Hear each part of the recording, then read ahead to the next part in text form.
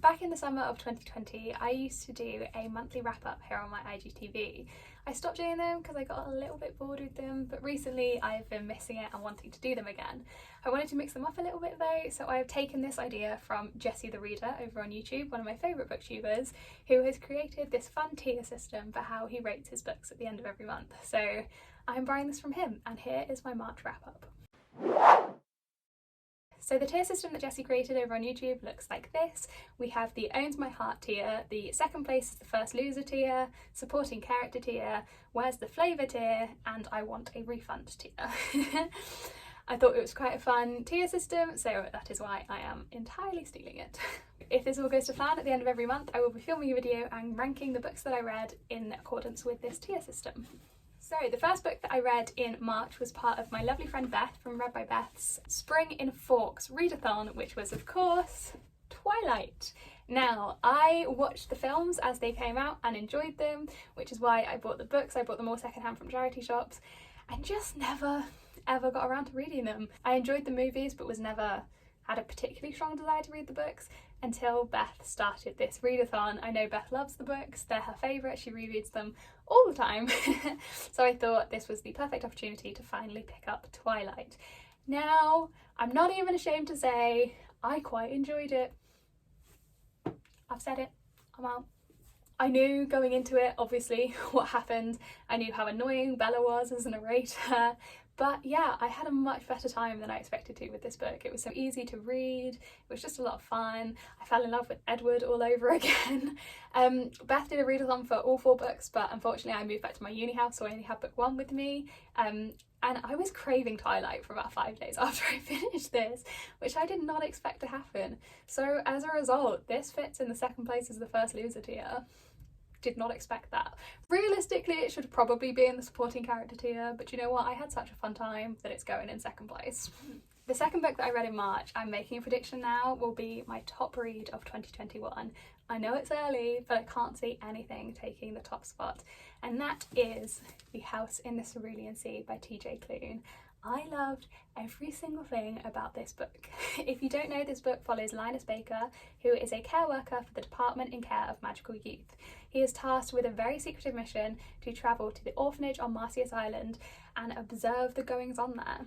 The orphanage is run by a man called Arthur and is filled with 6 of the most dangerous and unusual magical children. This is a book full of love and hope and heart, and I adored every single page of it. It's so short, I absolutely flew through it. This was a buddy read with the lovely Han from Horror Han, and we both absolutely adored this book. We both listened to the audiobook, which was an attempt to save money, but when I finished this book I knew I had to own it, so I ordered the hardback pretty much straight away, and I am so glad I own it because look how pretty, look how pretty.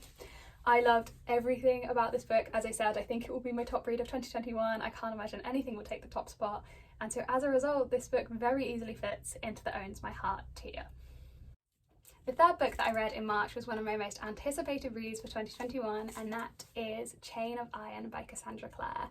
Now, anyone who knows me knows that I'm a very, very big fan of the Shadowhunters books, and so I was very excited when this arrived on my doorstep. Now, I wasn't the biggest fan of Chain of Gold, which is the book that comes before this. I still gave it 4 stars, but yeah, it felt like it was lacking for me. So I was slightly nervous going into this one, but it exceeded all expectations. I fell in love with the characters in a way that I really didn't with the first one. And despite being a very character-led book, the plot is still very, very strong. It beautifully sets up the third book in the series, and I'm very, very, very, very, very excited to see how this series is going to end. The ending of this book was cruel. We all know Cassandra Clare does it with the ends of her second books, but I was still unprepared. I was unprepared for how cruel it was. Even so, this book very easily fits into the Owns My Heart tier, if only just for the Carstairs siblings. The love I have for Cordelia and Alistair Carstairs is quite strong. The next book that I read was another book in the middle of a series, and that is Heir of Fire by Sarah J. Maas. Now, I read the first Throne of Glass book when I was about 15 and never picked up the second, and so last year I decided to start the series again. I reread Throne of Glass, read Crown of Midnight, and then had a bit of a gap between that and this one, but oh boy, am I so glad I finally picked this one up. It was so good. I wasn't the biggest fan of the first 2 in the series, but this one took it to a whole new level. as I kind of knew it would. I've been told a lot that the third book is where the series really kicks off. I was very excited about 2 new characters that we met. I knew I would love them, and I did. Rowan and Manon own my heart. I love them. Yes, this book was fantastic. Definitely the best in the series so far. It didn't quite have like a 5-star feel to me, so this book fits in the second place, is the first loser tier. Next up, I continued with the Throne of Glass series with The Assassin's Blade, which is a prequel to the Throne of Glass series but has to be read before you read Queen of Shadows, so I picked it up next. This book was exactly what I expected it to be. It's essentially a novella bind-up. I think there's 4 stories in this. Have I made that up? I can't find the title page. 5, I lied. There's 5 stories in this. And they were fine. They were enjoyable. I found myself skimming a lot of it because I just wanted to get to the important parts that I knew were relevant for Queen of Shadows. I know how it ended, obviously, because I've read Throne of Glass, and so I just didn't feel attached to some of the characters. I'm sorry, Sam. I know you're well beloved, but I just didn't attach to you. I'm sorry. Yes, this book was fine. It was necessary. I understand why we had to read it before reading Queen of Shadows. But yeah, I think it fits somewhere into the Where's the Spice tier or the supporting character tier. I'm undecided. But yeah, it was fine. I'm glad I've read it. We move. The next book that I read was a reread, and it was in preparation for easily my most anticipated read of 2021, and that is King of Scars. This is the first in a duology, and Rule of Wolves was released at the start of April. I have already read it. Spoilers, I loved it, obviously. But yes, I wanted to reread this in time for Rule of Wolves being released, and I'm so glad I did, because it turned out I'd forgotten like half the plot of this book, which is ridiculous because I only read it about a year and a half ago. But there we go, my memory's bad. I love this book possibly more on reread. It was just so good. I love Nikolai, I love Zoya, I love Nina. The narrators of this book, they are all just beautiful characters, and I love reading about them. I think the plot of this book is really strong. The final like 150 pages are insane, and it beautifully sets up Rule of Wolves. So this book most definitely fits into the Owns My Heart tier.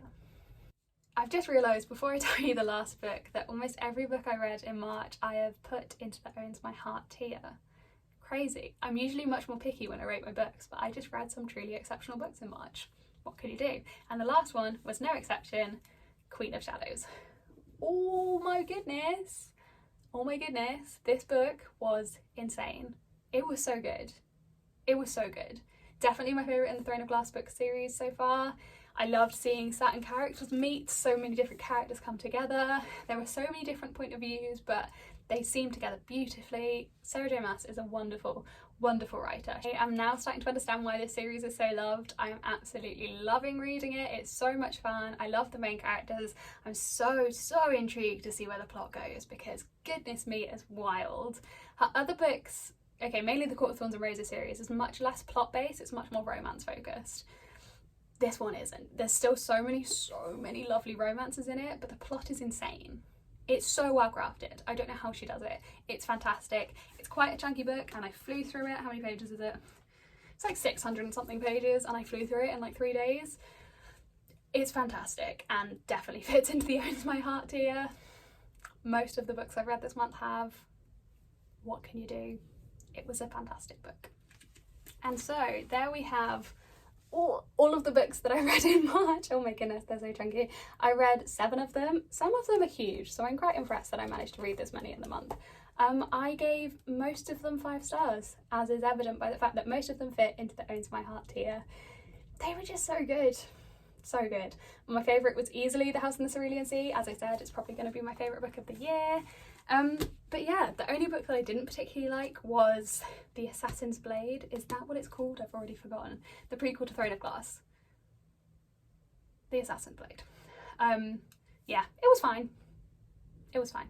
But the rest of the books were fantastic. So yeah, I hope you've enjoyed this new wrap-up video style thing that I have going on. I certainly have, so we'll probably be doing this in the coming months. So yeah, thank you for watching.